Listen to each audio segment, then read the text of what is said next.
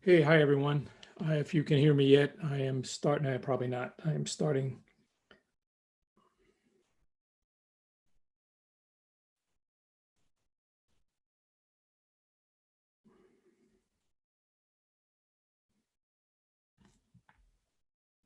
Hey, hi everyone. This is Lou Adler. I am going to go LinkedIn Live in a second here. What I want to do today is control my desktop first before we do this remarkable magic show that I have never done before, at least on LinkedIn Live. I want to make sure that we're connected before I start. I just want everyone to know that we're going to officially start in 2 minutes at 11 a.m. Pacific time. I believe that to be 1700 GMT. It is now May 15th. So if you're seeing this at any other date, it might appear to be live, but the reality it is not live. So I'm going to go check on LinkedIn to see if we're live. I don't know. I can't get there. This always seems to be the biggest challenge when I start. See if we're getting notified that we're live. If you could just tell me in the chat area if we're live, I will see your messages. So we'll see if we're live. We are live. Good. So we're live. I think we're starting to see some messages here. Oops. So I'm going to go check on LinkedIn to see. Okay, we're going to do something very unusual today. I'm going to interview every single person who is on this call. Real time, virtual interview. You'll be able to use this methodology to interview any candidate. You'll be able to use the same methodology to interview other people. And if you're a job seeker, I would urge you to practice the answer to the question I'm going to ask.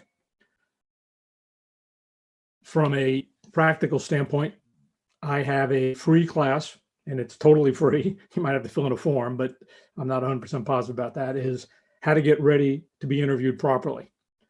If you go to hiring.tips/job seeker, it's a URL down here in the lower middle of the deck, you'll find it. We have some other classes for interviewers and hiring managers, but if you go to hiring.tips job seeker, you'll see where you can log in and take the free class. Let me kind of give you a little bit of background. And as you answer questions, I tend to use the chat area for multiple purposes. Let me just get it so I can see it. And sometimes it works and sometimes it doesn't work, but it's working now. What I'd like you to do is I'm going to ask questions, and this will help you engage. I tend to like to do this as a talk radio show, LinkedIn Live, and nobody talking. 20 plus years, this was the dawn of HR technology.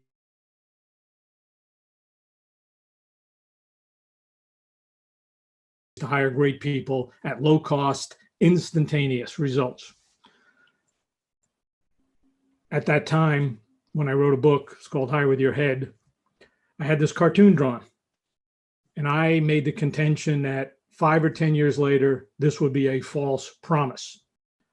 If companies continue to post boring jobs, if it is still difficult to find a job of interest, and it is impossible to find a job, I mean, it's based on who promotes their job first.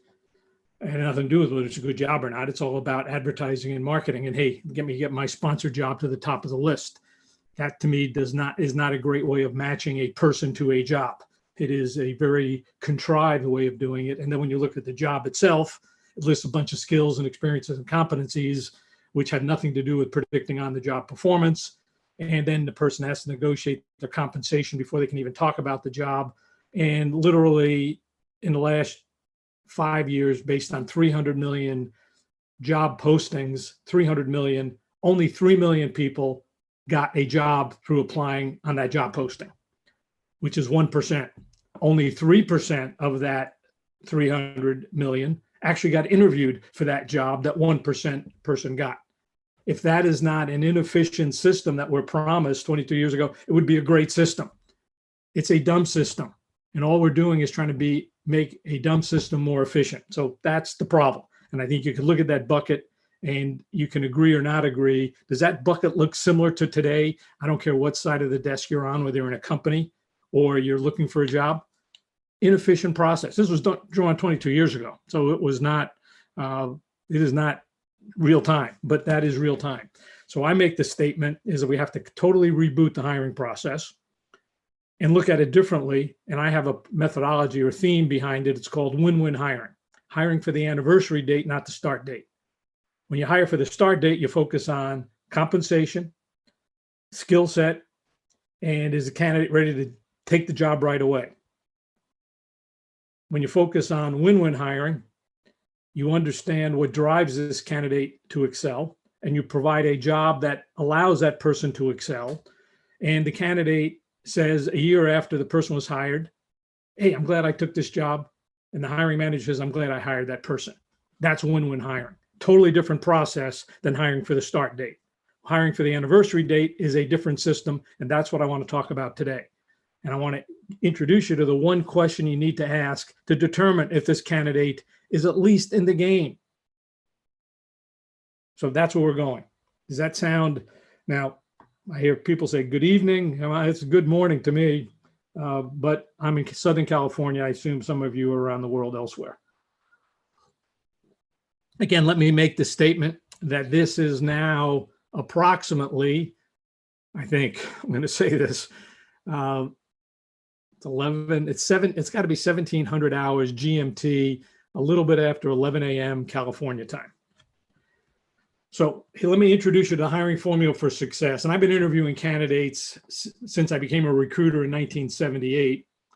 And actually, I worked 10 years prior to that. So recruiting wasn't my game. I just had a real conflict with the group president, who was my boss.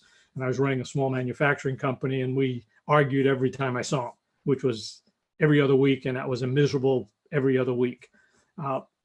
So we didn't get along. I quit and came back 4 times and said, no, I'll become a recruiter and look for another job. But over the years, I realized hiring is a business process, just like making parts. And I've been in the aerospace industry, the automotive industry, and the electronics industry, and the semiconductor industry. It's a business process. And the end result is, this is the formula for hiring success. You might want to take a screenshot of this, but let me read the formula to you, and then I'm going to show you how you ask one question to get all of these variables. One question can assess this hiring formula for success. The formula says ability to do the work in relationship to fit drives motivation, and because motivation is so important, we square it, that equals results. So let me give you the formula, and then I'll kind of quickly go through each of the components. The ability to do the work in relationship to fit drives motivation and ultimately success. So looking at motivation by itself doesn't make sense. I'm sure every single person on this call is motivated to do some work. I was motivated to run this manufacturing company of 300 people when I was 31 years old. Totally motivated. I worked 24 hours if I had to. When the boss came, my boss, I hated the guy, I left early. I just couldn't, every time I knew I was going to talk to him, I got demotivated. So motivation is a variable based on circumstances. Now, obviously, you have to have the ability to do the work, and I say that's a combination of soft and hard skills. Hard skills are technically competent to do it. Obviously, you need to be technically competent to do the work. I don't know if it's 5 years or 10 years, but you have to have enough technical competency to do the work. But I tell hiring managers, and they all agree with this, you have to define the work to determine technical competency. I don't know if it's 10 years or 5 years. Some people are smarter, they can do it in 3 years. Some people are slower, they need 10 years. That's not important. It's, can they do the work? And if you don't define the work, you'll never be able to figure if they're competent or not. So years of experience doesn't predict competency. Soft skills have to do with organizational skills, organizing people, managing matrix projects, getting stuff done on time, work ethic, general work ethic, problem-solving ability, whatever that may be. So ability is a combination of soft and hard skills. The fit factors, so it's ability in relationship to the fit factors. Fit with the job. Does this person really want to do that work? Now, if the person really wants to do that work and the pace of the organization is consistent with his or her pace, which has a lot to do with culture. If you're in an intense environment, you might be love the job, but if you got to get you'd rather get the job done in 2 months and you only have a month to do it, well, that changes everything.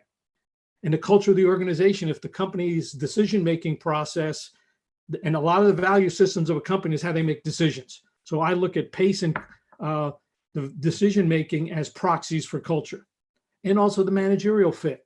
If you don't get along with your manager, it's over. On the other hand, if your manager is a great manager and you get along with that person, he or she is able to overcome blockages and challenges you're facing. So the manager is key to a lot of this stuff. So it's, again, his ability to do the work, soft and hard skills, in relationship fit drives motivation. And I'm going to contend, so this is the big contention, and I'll open it up for questions. I contend when you ask candidates about their skill sets, you have to assess soft and hard skills in combination with the fit factors. You can't look at them sequentially. You have to look at them together. Someone can be perfectly technically qualified, but have a weak, and I call the soft skills non-technical skills. I couldn't fit in that little box there, so I made it a little bit challenging. But nonetheless, you have to look at all of those factors together. And we've created one question that gets at all of that information. So that's where I'm going to go here, and I'm going to interview everybody on the call. So if you don't want to be interviewed, you better hang up now, because you're going to learn a lot about yourself in the next few minutes. Does that sound, what are your thoughts, comments? Does that sound interesting? At least I'm actually practicing to speak to a big group of executives. I'm going to do the same talk to them. So I figured I'd try it out with LinkedIn Live. What's your take on this? Does it sound interesting? Sound worthy? Feel free to ask questions too. I like to ask questions. That's not true. I do like to ask questions. I also like to answer them. So if you have any questions, feel free.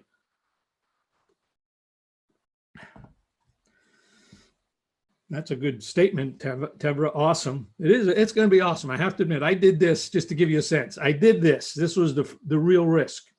The first talk I ever did to recruiters, first talk ever, because now they have recruiter conferences all around the world. But the first real recruiter conference was, and I'm going to say it was probably 1998, maybe 1999. It was at the Javits Center in New York City, which is where the hospital is now. They put the COVID hospital there. There was 2,000 people in the room. I think it was the Recruiter Red Book. I don't remember the group that put it on. And I was very, very nervous. I cannot say I never spoke to more than 50 people at the time. So I was pretty nervous. My son walked me through the nerves, but I said, what I'm going to do is interview everybody in the room at the same time. That was 2,000 people at the same time. That was pretty scary. So let me kind of go through, I think this is the next slide. So let me show you how I interview people to get all the factors in the hiring formula for success.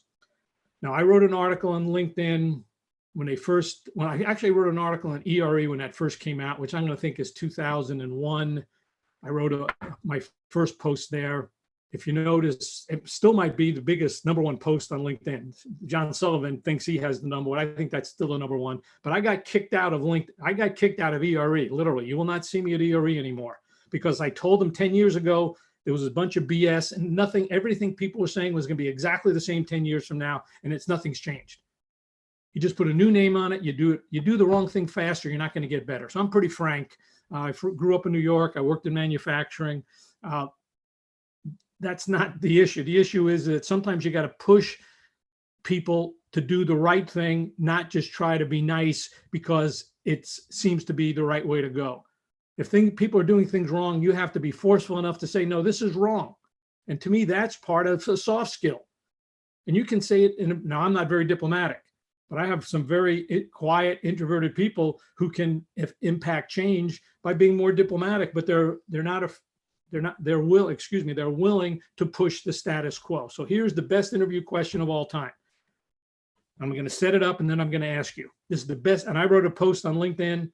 If you look at the most significant accomplishment question, 1.4 million people read the post. And here's the question. Tell me about the best thing you've ever done in your whole life. Tell me about the best thing you've ever done in your whole career. Now, let me set the stage here. It takes about 15 minutes to actually get you to answer the question. I normally set it up as I say, hey, I'm going to interview you tomorrow or next week for 15 minutes. And all we're going to talk about is the best thing you've ever done in your whole career.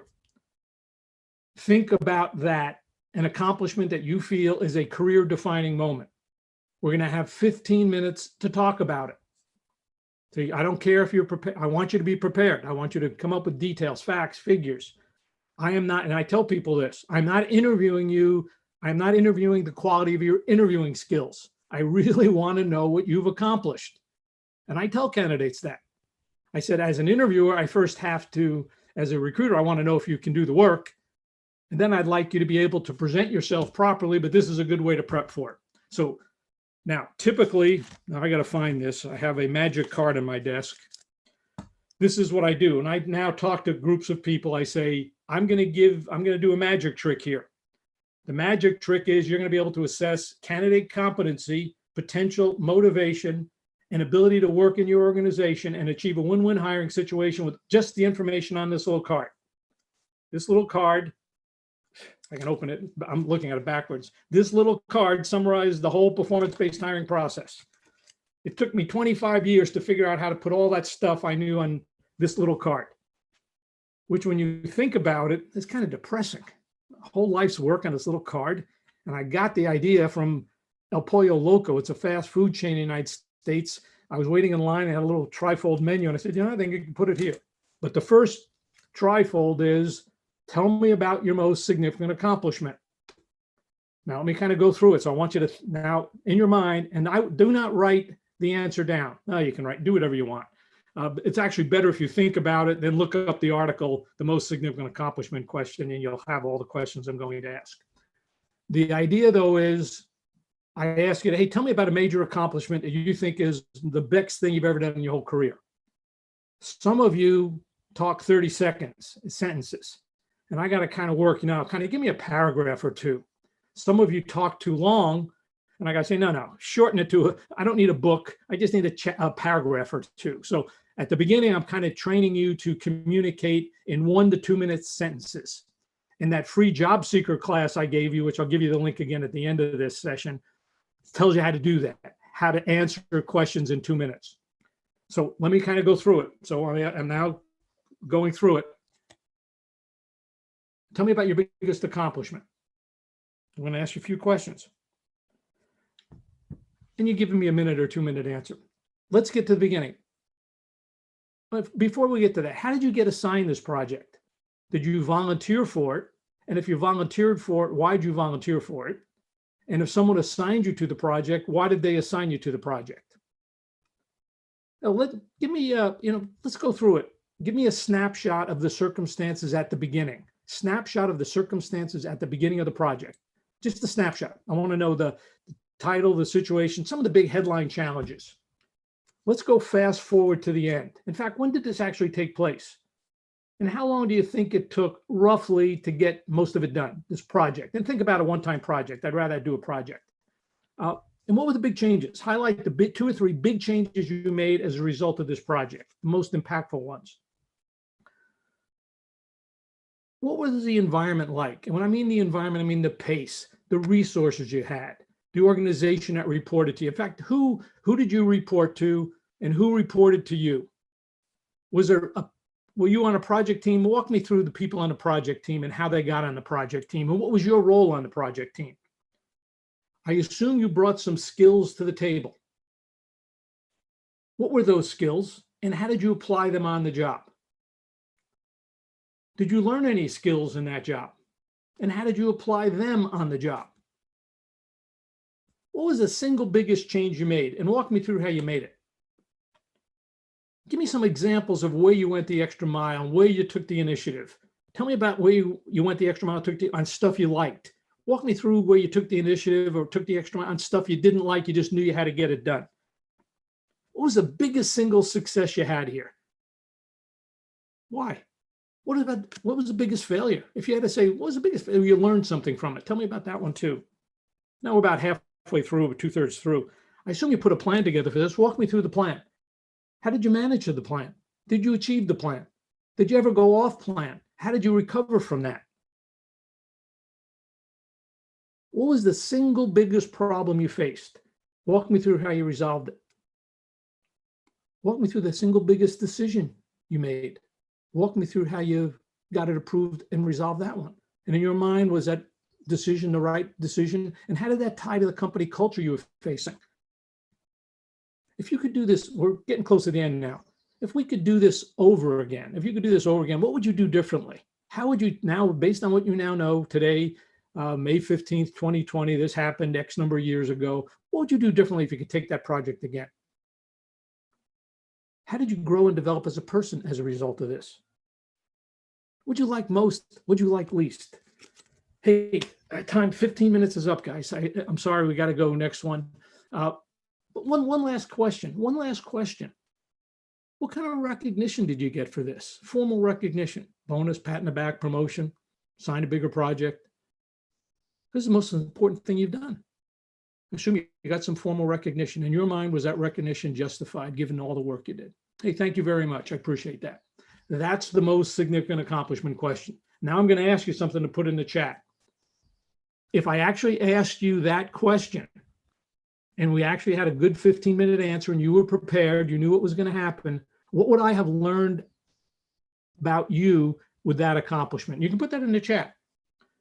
And I think Stefan has one, giving instead of hoping. Here's Tevra, structure, empathy, communication. I mean, I've done this live 25,000 times.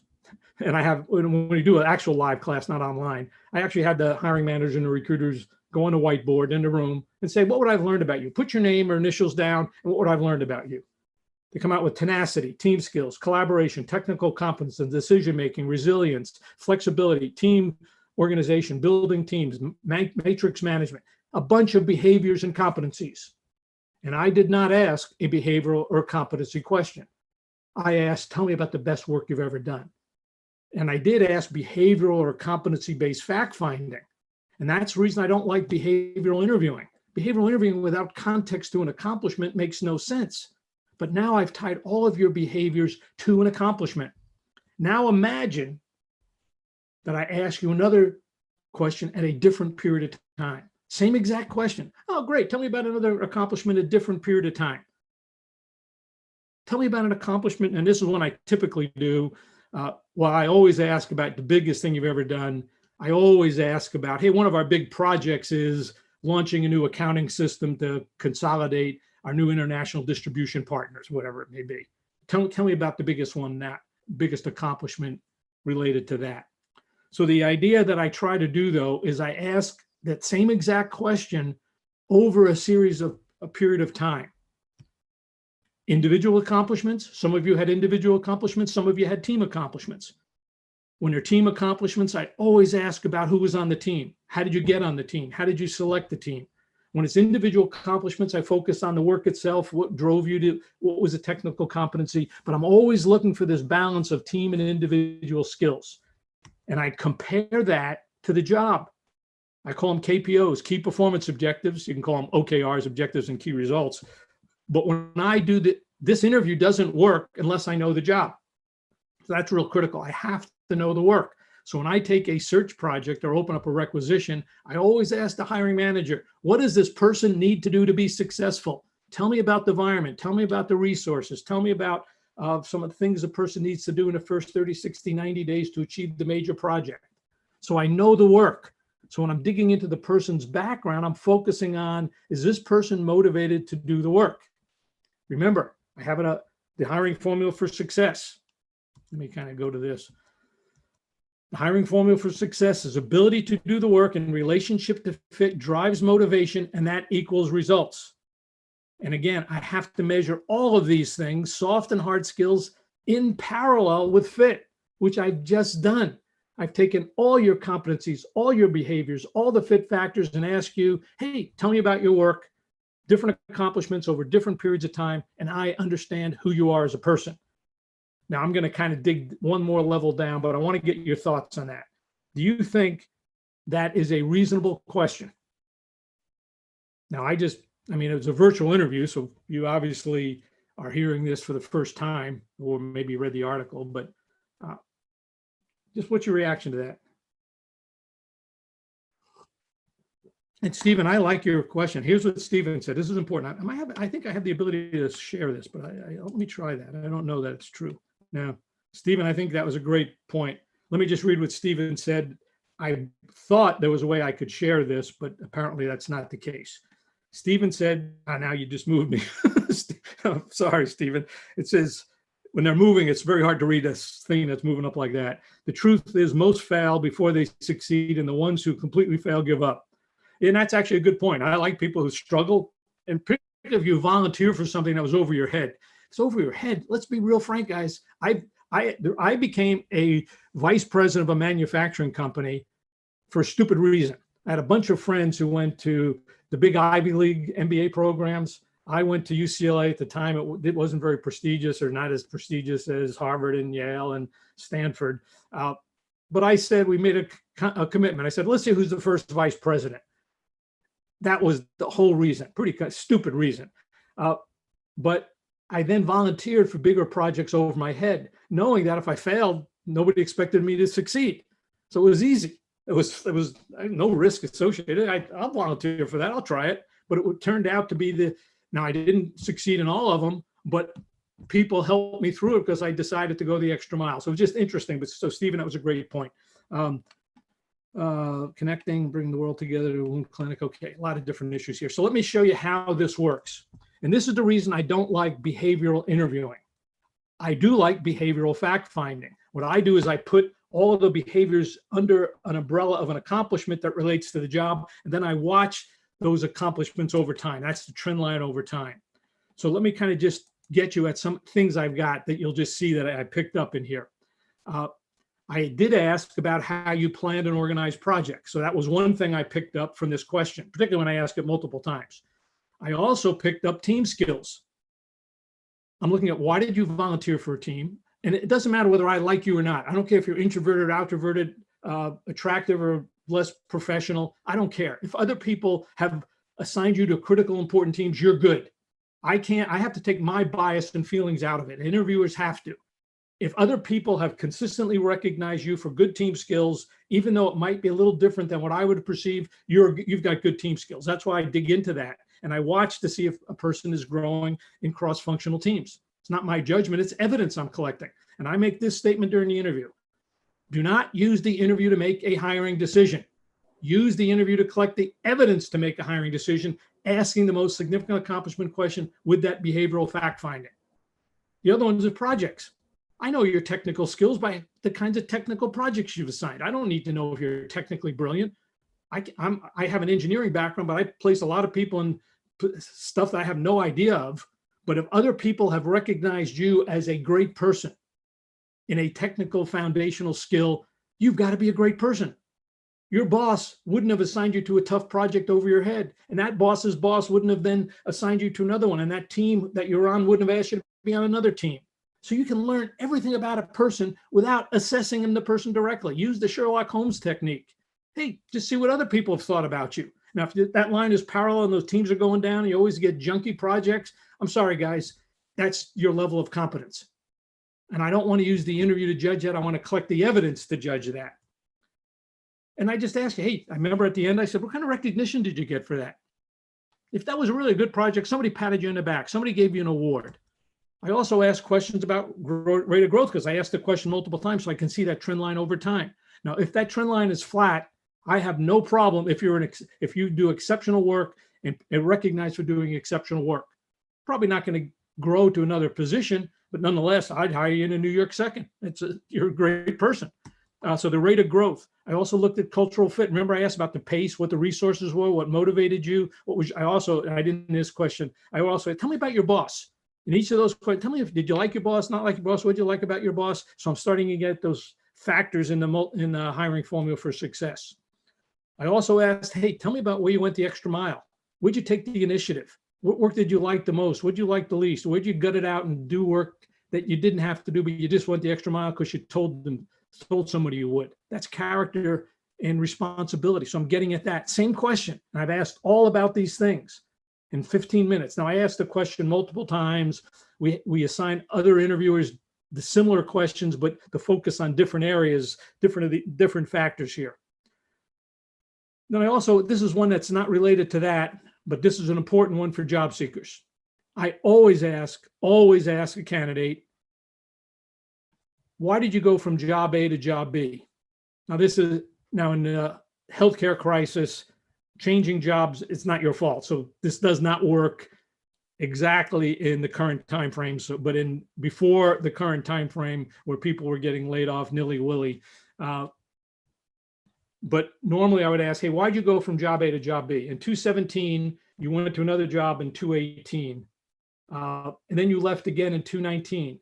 Why did you go from job A to job B? And did you get what you wanted? And then why'd you go from job B to job C? And did you get what you wanted? And generally speaking, candidates always say, I went for a better opportunity. But they misled me. They misled me. So they always make excuses. That to me means you're not focusing enough on the work you need to get done. You got seduced by some promises and a bigger financial package. So while you say that you took it for career reasons, the reality of it is you took it because there's a better pay, more convenient. You took it for short-term reasons. So let me stop now, open it up for questions. And this is what I tell candidates. Don't make long-term career decisions for short-term tactical reasons. Don't make strategic decisions using short-term information. That's probably a better way to say it. Now, let me say this. In today's times, I take that off the table.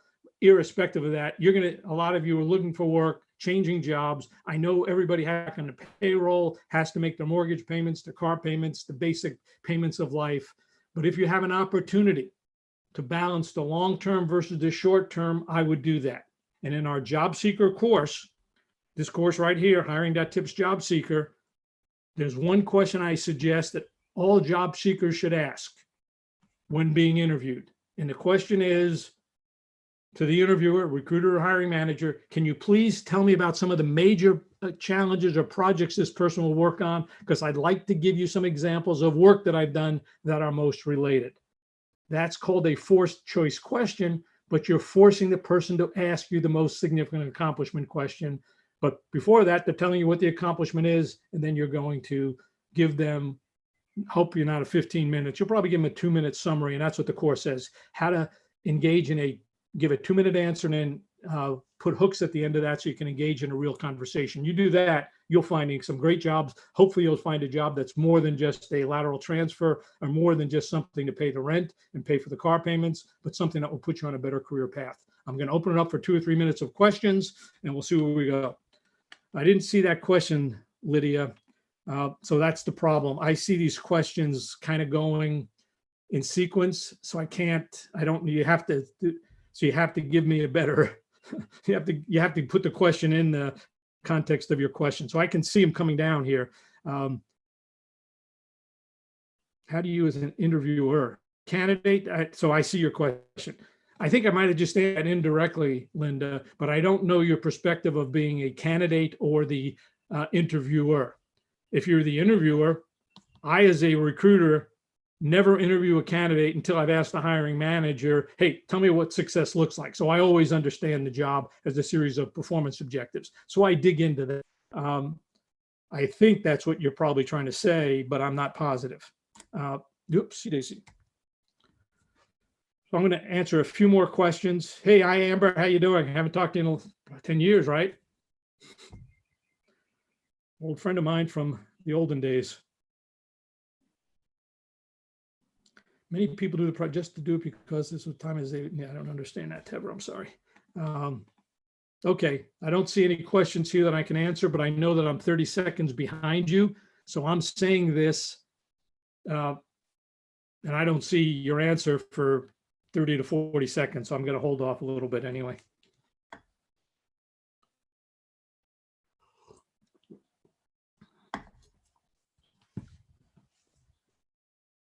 Okay, it seems like we have exhausted people's response to questions. Hopefully this was valuable. It was practice. I interviewed everybody. Just thought, hey, Adler interviewed everybody at once, and he didn't even meet them. But I think if you ask that question, able to answer it and prepare yourself, whether you're on either side of the desk, if you're an interviewer, ask that person a question. If you're the candidate, say, hey, what are some challenges? Let me tell you about some of the work I've done. You're in the game. Good luck, everybody, getting great jobs and hiring great people. Thanks.